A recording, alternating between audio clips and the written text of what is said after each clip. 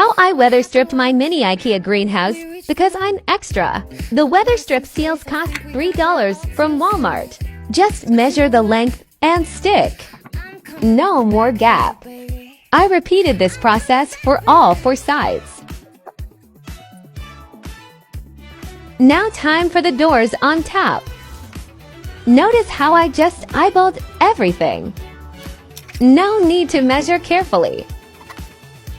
Now here's the fancy part. I used packing tape for the doors because the ceiling strips were too small.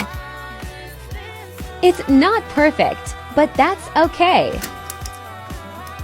I'm not looking for a 100% humid environment. Nice ceiling all around.